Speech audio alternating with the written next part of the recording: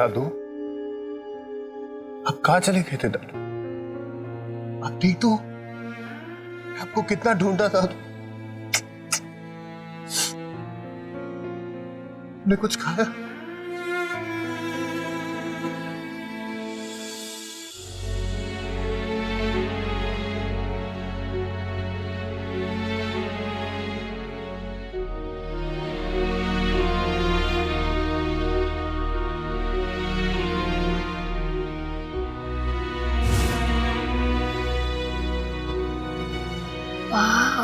तुम शेखावत खानदान के वारिस हो बेटा, और ये शेखावतों की शान है। थैंक यू दादाजी।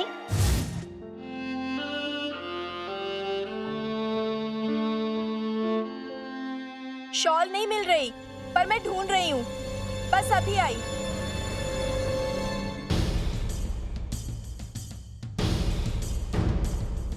लगता है घर पे कोई है नहीं। कहाँ गए सब? किसी ने देखा तो नहीं दादू को? कहाँ है सब?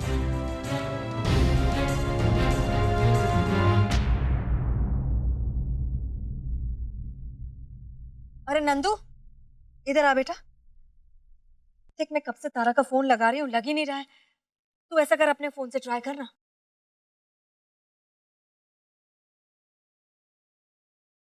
तेरे गले की चेन कहाँ गई?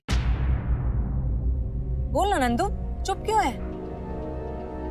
क्या हुआ? हाँ वो एक्चुअली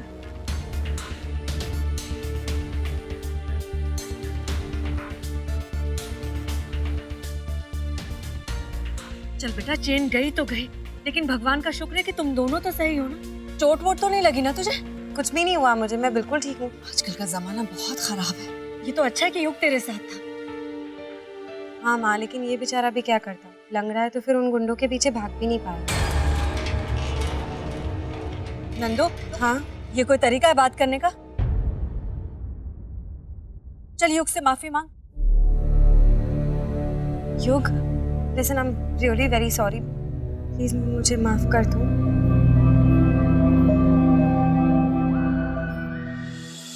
इतनी देर से ढूंढ रही थी ये शॉल, मिल ही नहीं रही थी।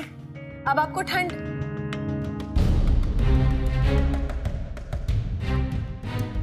कहाँ चले गए?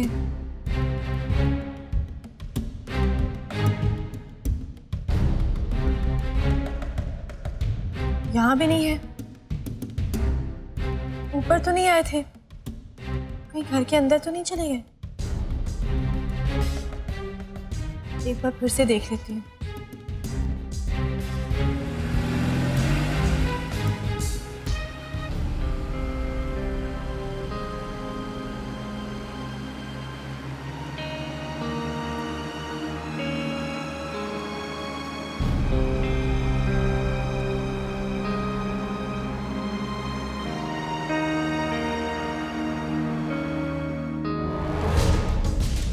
पूरे घर में ढूंढ लिया, कहीं नहीं है वो। पर ऐसे अचानक कहाँ जा सकते हैं? मैं भी ना, मुझे जाना ही नहीं चाहिए था उन्हें अकेले छोड़कर। शॉल भी नहीं लिया और इतनी ठंड में बाहर निकल गए। पता नहीं ऐसी हालत में अपने घर कैसे पहुंचेंगे वो। क्या पापा, मैं कोई बच्ची थोड़ी ना हूँ, खुद से आ जाती घर। कितना मजा आ रहा था मुझे। क्या बात बता रहा वो? सब ठीक है ना बेटा? हाँ पापा, मैं ठीक हूँ। आज वो मैं वासु के साथ मार्केट गई थी तो। अरे हाँ भाभी, आप सडनली कहाँ गायब हो गई थी? कितना ढूंढा आपको। अच्छा कि मैं टैक्सी लेके अपनी दोस्त के घर चली गई थी। हाँ, आज हम जब चूड़ी की दुकान पर खड़े थे तो मैंने देखा एक बूढ़े बाबा सड़क पार करने की कोशिश कर रहे थे। जब मैं उन्हें सड़क पार कराने लगी तो मुझे पता चला कि उनके साथ कोई भी नहीं है। उन्हें तो उनका नाम तक नहीं पता था। उन्हें ये तक नहीं पता था कि वो रहते कहाँ हैं। और शायद बड़बड़ाते हुए वो शेखावत विला का नाम भी ले रहे थे। मुझे लगा मुझे उन्हें ऐसे अकेले नहीं छोड़ना चाहिए, तो मैं उन्हें यहाँ लेकर आ गई। और फिर जब मैं उनके लिए ऊपर शॉल लेने गई और आकर देखा तो उनका कहीं अता पता नहीं था। शायद कहीं चले गए वो। दिमागी हालत भी कुछ ठीक नहीं लग रही थी उनकी। पता नहीं कहाँ होंगे वो, किस हाल में होंगे वो। लग तो अजनबी रहे थे, पर पता नहीं क्यों अपने से लग रहे थे वो। अपने ही तो है वो जो बिछड़ गए थे। कोई बात नहीं बेटा, हम लोग भगवान से प्रार्थना करेंगे कि वो सही सलामत अपने घर पहुंच जाए।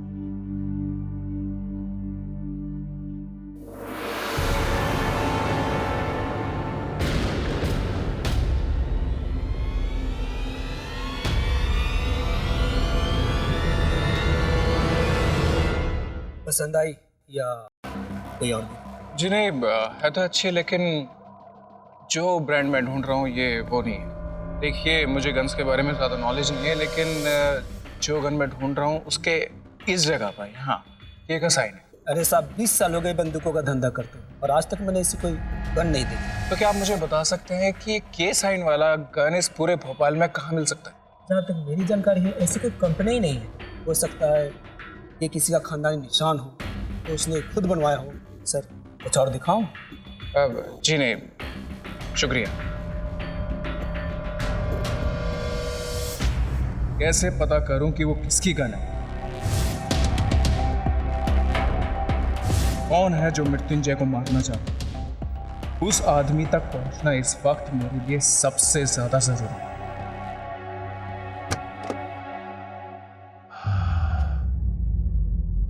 आखिर किस बुढ़े को घर में लेके आ सकते हैं लड़के?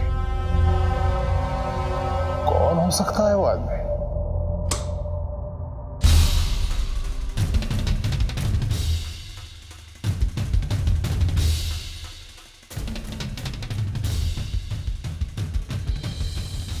ये सब क्या है?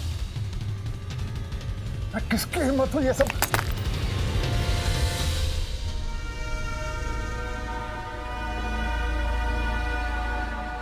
किसकी हिम्मत हुई ये सब करने की?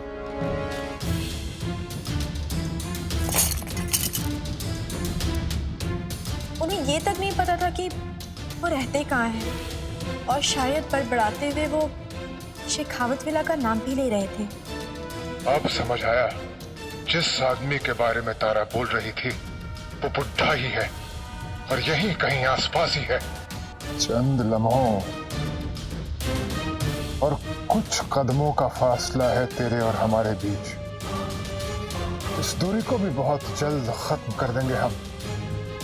जिस तरह इस कमरे की चीजें बिखरी पड़ी हैं, उसी तरह तेरी सांसें भी बिखेर देंगे हम।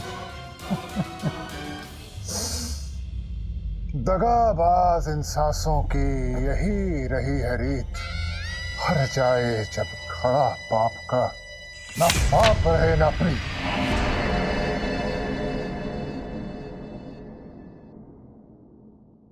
पता नहीं बेचारे कहाँ होंगे।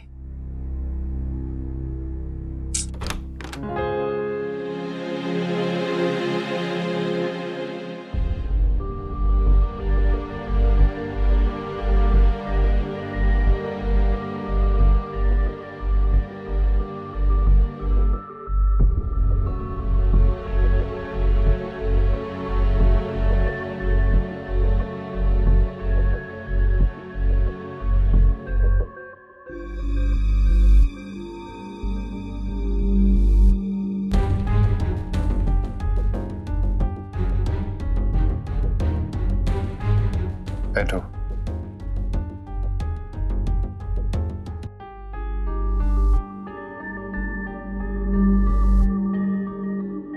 तबीयत ठीक नहीं थी तो बाहर नहीं जाना चाहिए था। अभी तक बुखार उतरा नहीं तुम्हारा। बुखार तो दवा से उतर जाएगा, पर अगर आज बाहर नहीं जाती तो दादाजी कैसे मिलते मुझे?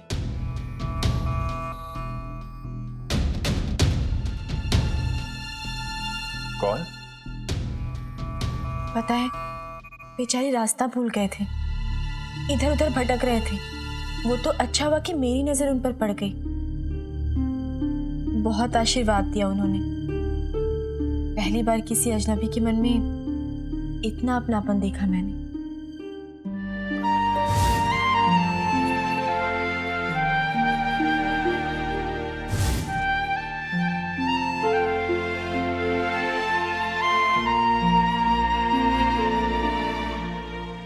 बहुत रात हो गई, आराम करो तो।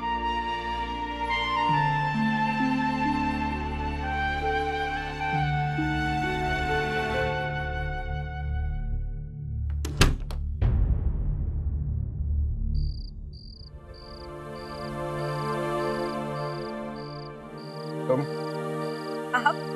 अब वो सुनो, वो मैं तुमसे ही मिलने आ रही थी। अच्छा हुआ तुम यहीं पे मिल गए। क्यों? मुझसे ऐसा कौन सा काम निकला है कि मुझसे मिलने के लिए आ रही थी? ये खूबसूरत फूल मुझे देख के कहने लगे कि हमें अपने आप से ज्यादा खूबसूरत चेहरा देखना है। इसलिए मैंने तुम्हारे पास ले आई। ये खूबसूरत फूल मुझे देखकर ये कह रहे थे कि हमें अपने आप से भी ज्यादा खूबसूरत चेहरा देखना है, तो बस तुम्हारे पास ले आया। आई एम सॉरी युग, मैं जानती हूँ कि उस वक्त मैं कुछ ज्यादा ही भूल गई। प्लीज मुझे माफ कर दो, प्लीज।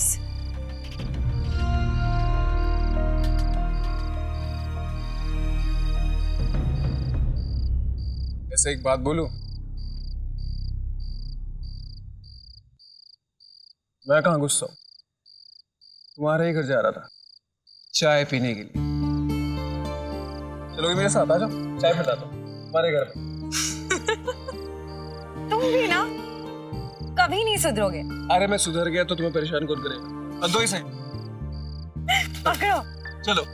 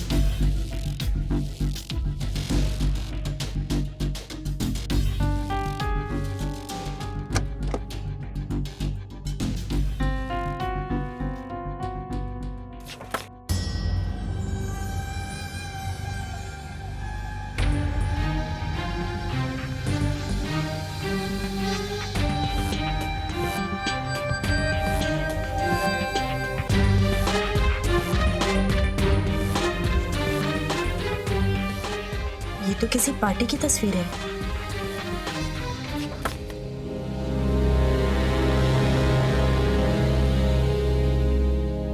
दामाद जी क्या गया, इस घर की रौनक ही चली गई। जितना अच्छा उनका स्वभाव है उतनी ही प्यारी बात है। तारा की शादी को लेकर जितने अंदेशे मेरे मन में थे, दामाद जी से मिलकर बिल्कुल दूर हो गए। मैंने सोचा भी नहीं था कि इतना अच्छा लड़का मिलेगा तारा। बस अब नंदू के लिए कोई अच्छा लड़का मिल जाए तो मेरी चिंता दूर हो जाए। तेरी नंदू के लिए आदित्य से अच्छा लड़का और कोई नहीं हो सकता माँ। अच्छा सुनो, तुम्हारी जान पहचान में या रिश्तेदारी में कोई अच्छा लड़का हो तो बताना नंदू के लिए। जी है तो सही, लेकिन पता नहीं कि मिस भोपाल को पसंद आएगा भी कि नहीं। अरे तुम मिलवाओ तो सही, पसंद नापसंद तो बात की बात है। ठीक है आंटी, बहुत जल्द मिलवाता हूँ आपसे।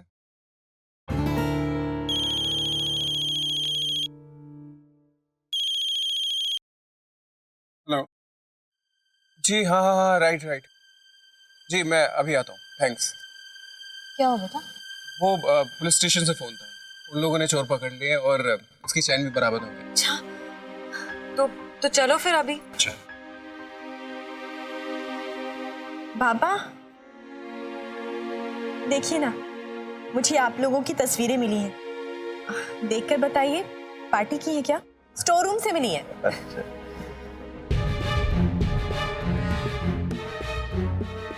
बाबा देखिए ना, सबने अलग अलग तरह के मास्क भी लगाए हुए हैं। कितना मजाक कर रहे हैं ना सब। हम ऐसी पार्टी कब करेंगे बाबा? तारा बहू, ये बहुत पुरानी फोटोग्राफ्स हैं, लाइए इन्हें मैं संभाल के रख देता हूँ। अरे अरे फहीम चाचा, किराए की तस्वीरें थोड़ी ना है, अपने लोगों की तस्वीरें हैं। तसल्ली से देख तो लेने दीजिए मुझे।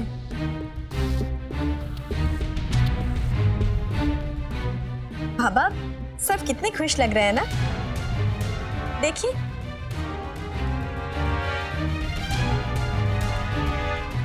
पर उस रहस्य की दुकान कहाँ है? ओफो, इनमें से एक भी फोटो नहीं है उसकी। बैठा होगा मुंह फुला के कहीं उस दिन भी।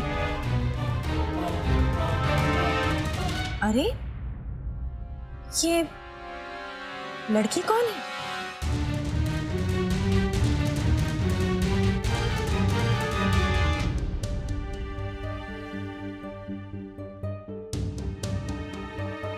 मैं अभी आता हूँ।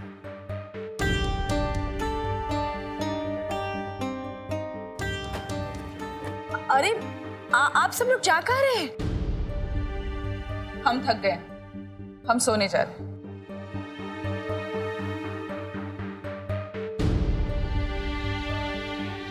बाबा बताइए ना, हम ऐसी पार्टी कब करेंगे? और देखिए ना, इस पार्टी को हुए तो पूरा 1 साल हो गया। इस पे डेट भी लिखी है, 27 नवंबर। देखिए।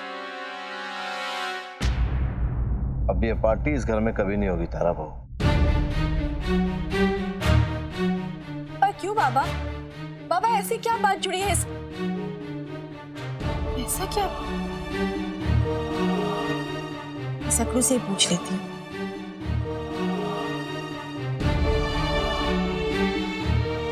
क्यों नहीं हो सकती है पार्टी? अरे ऐसी कौन सी बात है जिस पार्टी से जुड़ी है और जिसने सबका मुंह बंद कर रखा है? मैं तुमसे कुछ पूछ रही हूँ, बताओ मुझे क्या हुआ था 27 नवंबर को?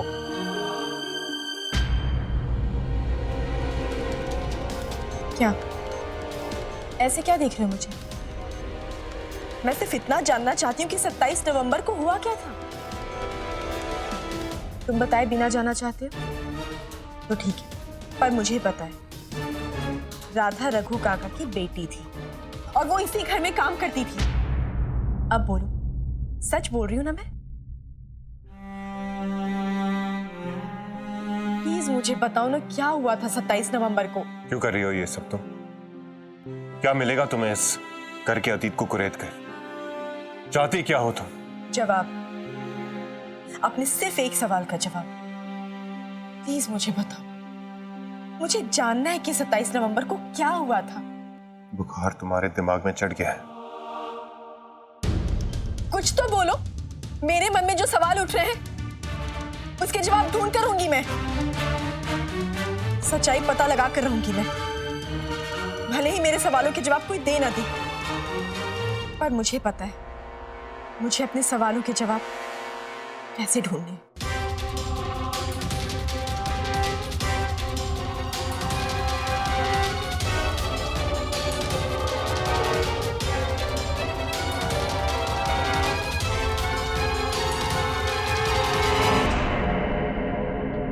खान, जो सामान बरामद हुआ है मैडम को दिखा दो। आप वहां जाकर रजिस्टर में साइन कर दीजिए और पहचान करके सामान ले लीजिए। अब तुम यहाँ आराम से बैठो ना, मैं फॉर्मेलिटीज पूरी कर देता हूँ।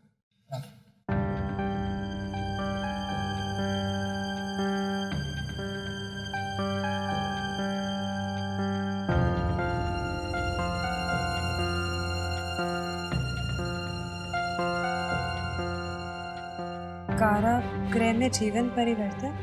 ये मैगजीन एक एनजीओ निकालती है हर तीसरे महीने। कैदियों के स्वभाव परिवर्तन और उनके जीवन को नई दिशा देने के लिए काम करती है एनजीओ।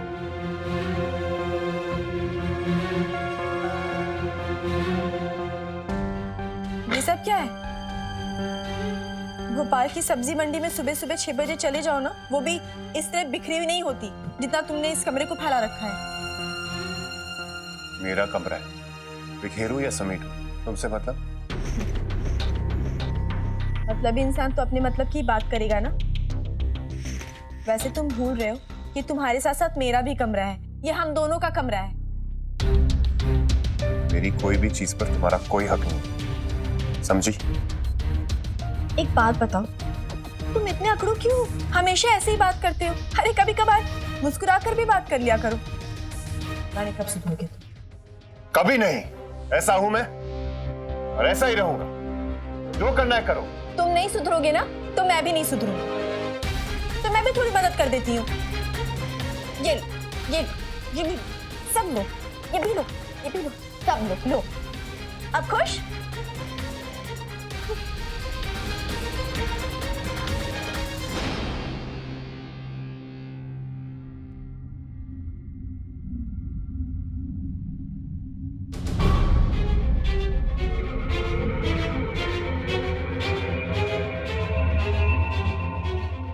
कहतियों में हाथ से टोकरियां बुनने के गुण, कहती बने प्रतियोगी।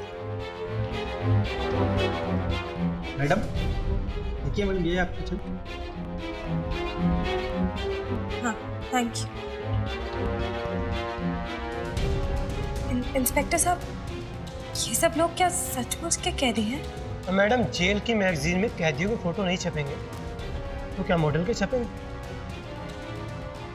माय गॉड, तारा ने एक मुजरिम से शादी की है।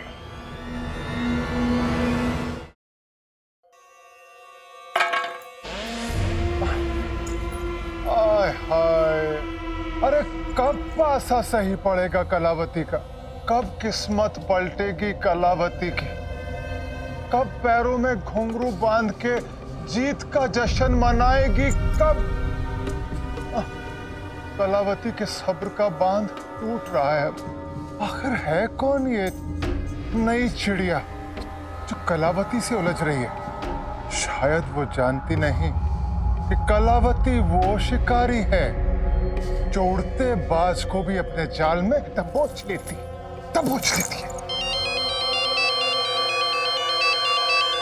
हाँ, आवाज तो पहचान ही ली होगी तूने, या फिर से याद दिलाऊं? धीरे बोल, कोई सुन लेगा तो तेरी डरी हुई आवाज सुन के मजाक उड़ाएगा तेरा। बस एक बार मुझे ये बता दे कि है कहाँ तू? तेरी नजर मुझ तक नहीं पहुंच सकती, पर मेरी नजर तेरी हर हरकत पे है। एक बूढ़े आदमी को भी बचाकर नहीं रख सके, बस इतनी ताकत है कलावती की। मुझसे बच के रहना, वरना डर गई कलावती, डर गई। देख, कलावती के हाथ कांप रहे हैं, हाथ कांप रहे हैं कलावती के। डर गई। डरा नहीं रही हूँ मैं, धमकी दे रही हूँ। धमकी दे रही है? डरा रही है कलावती को? जानती हूँ कलावती किसी से नहीं डरती, पर रुद्र प्रताप तो डरता है ना, वो भी तब जब इलेक्शन इतने नजदीक हो। छोड़ूंगी नहीं मैं तुझे, छोड़ूंगी नहीं मैं तुझे, छोड़ूंगी नहीं, मैं बता रही हूँ। छोड़ने की बात तो तब आएगी ना जब तू मुझे पकड़ सकेगी।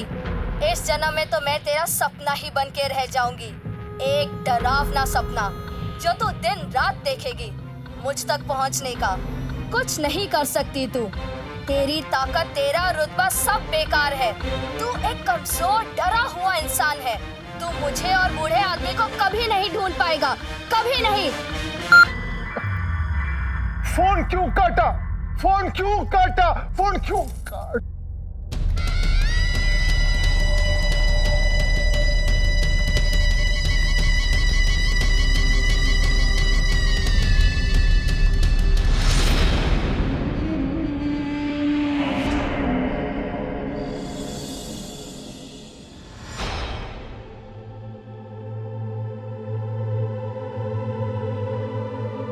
मैं सिर्फ इतना जानना चाहती हूँ कि 27 नवंबर को हुआ क्या था। प्लीज मुझे मुझे जानना है कि 27 नवंबर को क्या हुआ था। क्या करूं मैं इस लड़की का? कैसे समझाऊं इसे कि सच तक पहुंचने की जिद छोड़ दे और अपने काम से काम रखे? कैसे बताऊं कि अगर वो उस सच की आग के आसपास भी पहुंची तो बहुत कुछ जला बैठेगी उसमें, बहुत कुछ। मैं नहीं चाहता कि सच की परछाई भी उसकी जिंदगी में पड़े,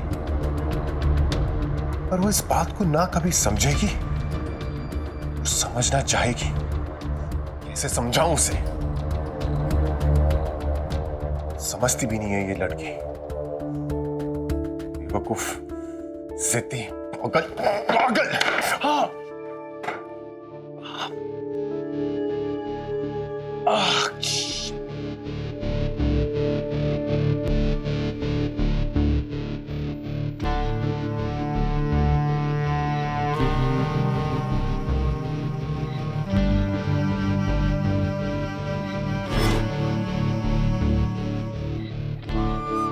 अंदाजा भी नहीं होगा उसे कि क्या छीना है उसने मुझसे। सिर्फ अस्तबल को नहीं जलाया उसने, मेरे अंदर के एक पूरे हिस्से को खत्म कर दिया उसने। वो सिर्फ दीवारें नहीं थी जिसने उसे जलाया था, उसने उन लम्हों को जला दिया जिनके जरिए मैं अपनी पिछली जिंदगी में झांक लिया करता था। और अब उसे लगता है कि वो मेरे मुंह से अतीत का सच उगलवा लेगी। बेवकूफ इतना भी नहीं जानती कि मैं ऐसा कभी नहीं होने दूंगा। उस सच को अपने सीने में दफन कर दिया है मैंने, और उससे मैं कभी बाहर आने नहीं दूंगा। कभी नहीं, मतलब कभी नहीं।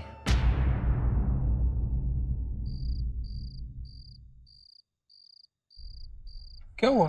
तुम अचानक से इतनी सीरियस क्यों हो गई? कुछ नहीं हुआ युग, तुम जाओ,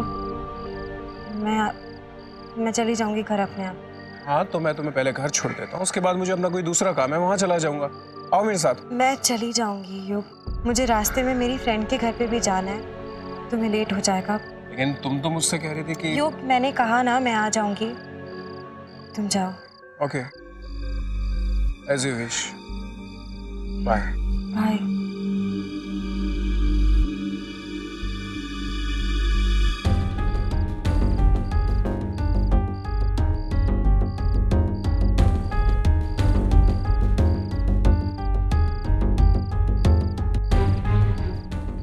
माय गॉड, जीजू एक मुजरिम? विश्वास ही नहीं हो रहा है, वो तो इतने अच्छे खानदान से है। पता नहीं तारा ये बात जानती भी है या नहीं। पता नहीं जयराज जी ने शादी से पहले तारा को ये बात बताई भी थी या नहीं। क्या चक्कर है? इस कहानी का सच तो जानना ही होगा।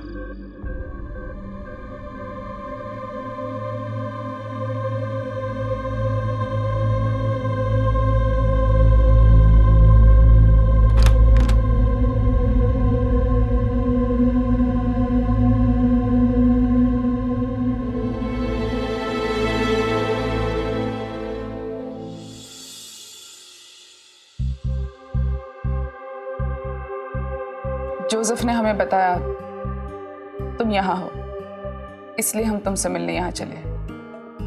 मृत्युंजय, हम जानते हैं अस्तबल वाले हादसे के बाद तुम बहुत परेशान हो, होना भी चाहिए। वो जगह तुम्हारे लिए बहुत मायने रखती थी, बहुत जुड़ाव था तुम्हारा उस जगह के साथ। देखो मृत्युंजय, हम वादा नहीं कर सकते कि हम सब कुछ ठीक कर देंगे, लेकिन हाँ, हम कोशिश जरूर करेंगे कि सब कुछ पहले जैसा कर दें। हम जानते तुमने खाना नहीं खाया,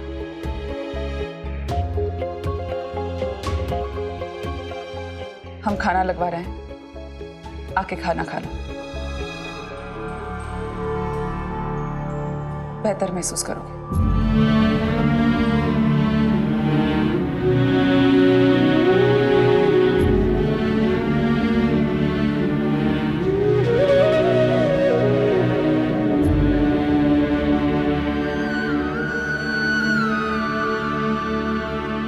मम्मी की तबीयत कैसी है?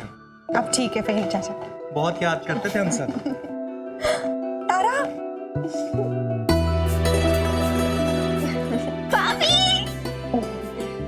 so much. अब क्या करूं? पापा ने बोला इतने दिनों के बाद आई हो तो थोड़े दिन तो और रुक जाओ। तुम्हें तो हमारी बिल्कुल भी याद नहीं आई, पर हमें कुछ भी अच्छा नहीं लग रहा था तुम्हारे बिना, समझी? और भाई को भी। पता है कितने अकेले हो गए थे आपके बगैर?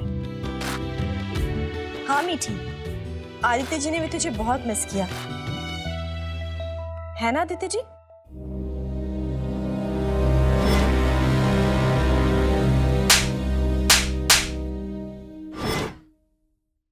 अरे आप वहां क्यों खड़े? इतने दिनों बाद बीवी मायके से आई है, एक बार गले लगाना तो बनता है।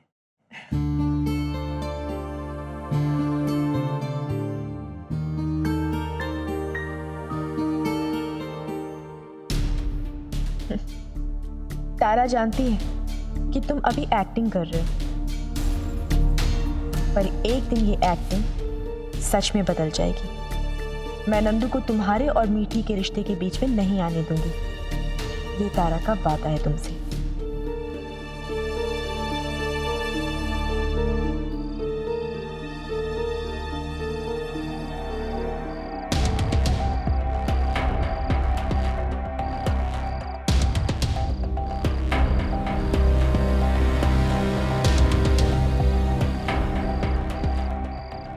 मृत्युंजय शेखावत एक रेपिस्ट भी है? हे भगवान, धोखा हुआ है तारा के साथ, बहुत बड़ा धोखा हुआ है। अगर तारा के साथ गलत हुआ तो गलत तो मेरे साथ भी हुआ। अगर तारा के दिल को चोट पहुंचेगी तो मेरे दिल को तो पहले से ही ठेस पहुंचती आई है। झूठ बोला तुमने मुझसे आदित्य, छुपाया तुमने मुझसे सच कि तुम पहले से ही शादीशुदा हो। गलत किया आदित्य, छोड़ूंगी नहीं मैं तुम्हें, नहीं छोड़ूंगी।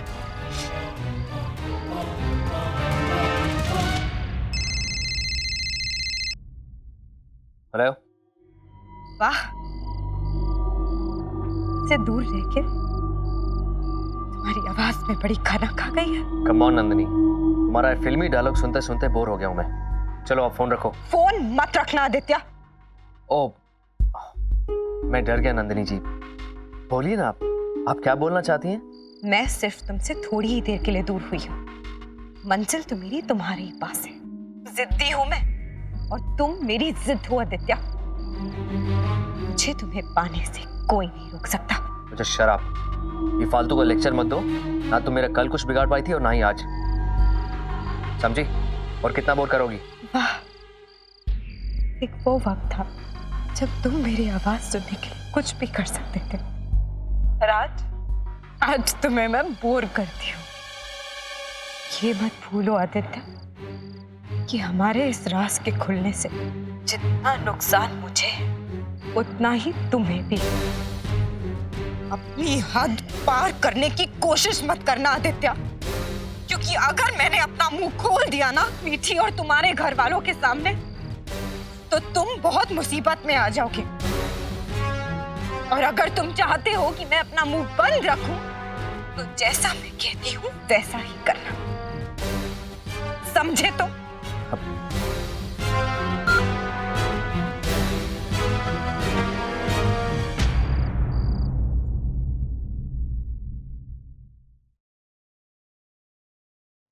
हे भगवान,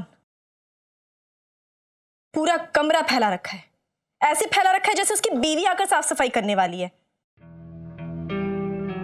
क्या करूं इसका मैं समझ नहीं आता मेरे।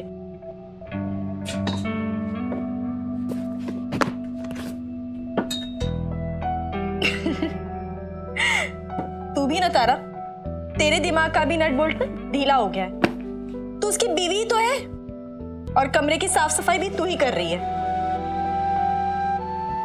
अरे मैं तो उसकी बीवी हूं,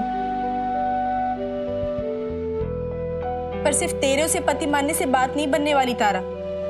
अरे कभी कोई वो भी तो ऐसा काम करे कि मुझे लगे अपनापन नाम की भी कोई चीज होती है।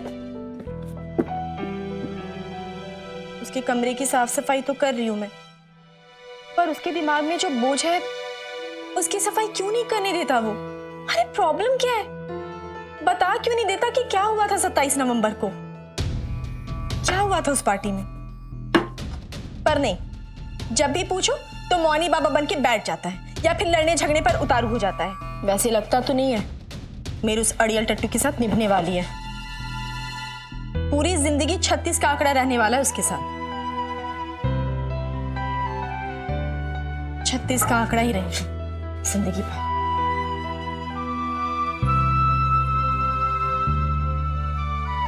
तारा भले ही अलग रहे पर आदित्य और मीठी को एक साथ करके रहेगी। और अब तो और भी अच्छा है, मीठी वापस आ गई।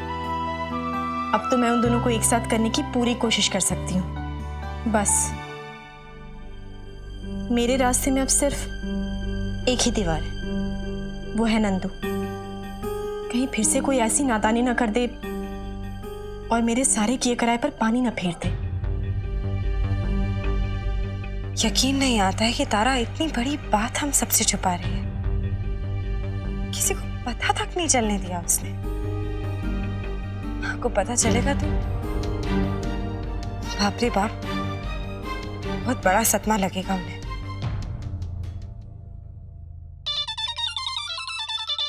तारा, हेलो, कैसी है तू? मैं ठीक हूँ। तू ठीक है ना तारा? देख, अगर तू ठीक है तो मैं भी ठीक हूँ। फिर बात को गोल गोल क्यों घुमा रही है? जो बोलना है साफ बोलना। मुझे अभी कुछ बात नहीं करनी है, मेरा मूड खराब है, बाद में बात करते हैं। चल अभी मैं फोन काट रही हूँ। फोन काट दूंगी मैं, पर पहले जो बात करने के लिए मैंने फोन किया है तुझे वो सुन ले। तेरा मूड खराब है कोई बात नहीं, पर आज के बाद तू आदित्य और मीठी की लाइफ खराब नहीं करेगी नंदू। जो हुआ उसे बुरा हादसा समझकर भूल जा। मीठी वापस आ चुकी है और इस रिश्ते का कोई फ्यूचर नहीं है, समझ गई तू? बस अब तुझसे यही उम्मीद करती हूँ कि तू मीठी और आदित्य की लाइफ में कभी नहीं आएगी। और अगर आई तो एक बात कान खोलकर सुन ले, मैं माँ को सब कुछ बता दूंगी। दूसरे का रिश्ता टूटने से बचा रही है और खुद का रिश्ता कच्चे धागे से बांध के जी रही है। मुझे अब भी विश्वास नहीं हो रहा है कि जीजू खूनी है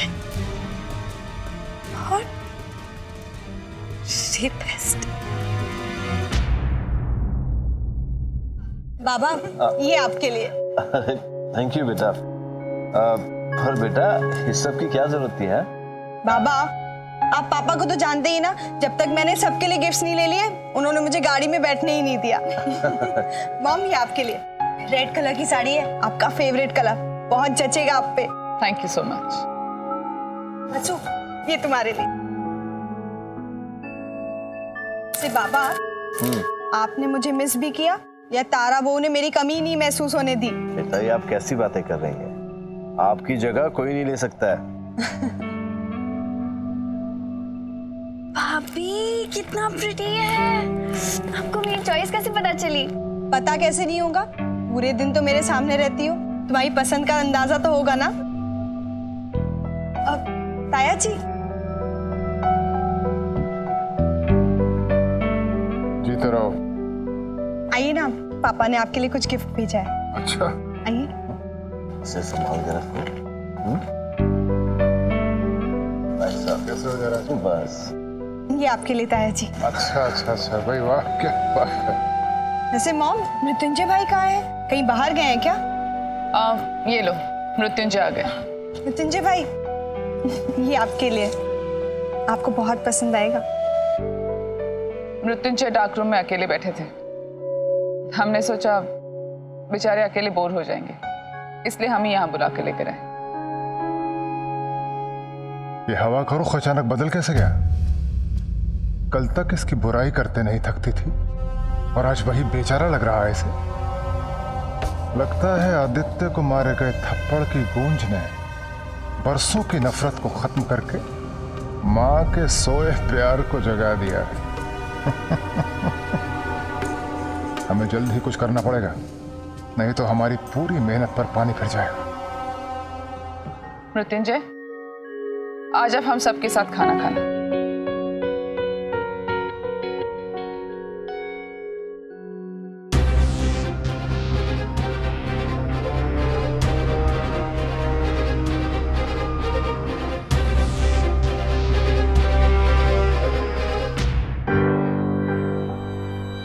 जैसे खुद की लाइफ उलझी हुई है, वैसे अलमारी को भी उलझा कर रखा है। सारा सामान बिखरा पड़ा है। ऐसे लगता है अलमारी नहीं, कोई भूल भुलैया है।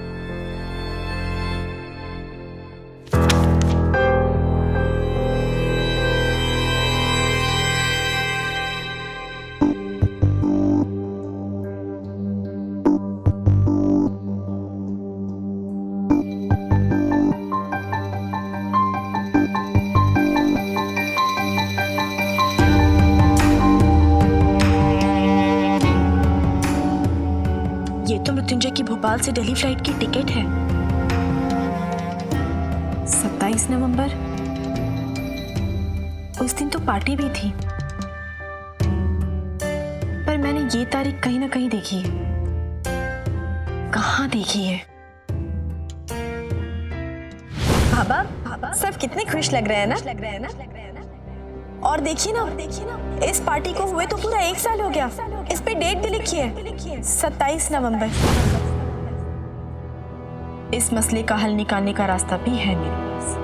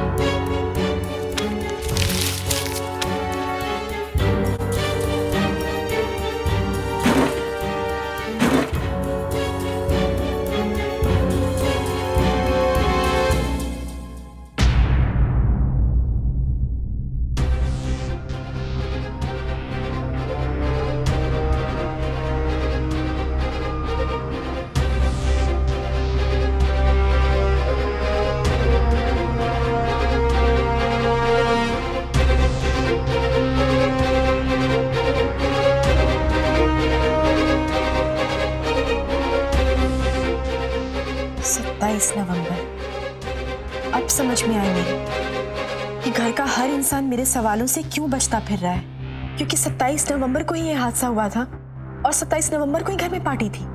पर एक बात समझ में नहीं आ रही, अगर ये हादसा 27 नवंबर को हुआ था तो टिकट के मुताबिक मृत्युंजय तो उस रात इस घर में था ही नहीं। फिर वो कैसे कर सकता है ये सब? पर अगर मृत्युंजय बेकसूर है तो वो ये सब झेल क्यों रहा है? जरूर इस राज के पीछे भी कोई राज है।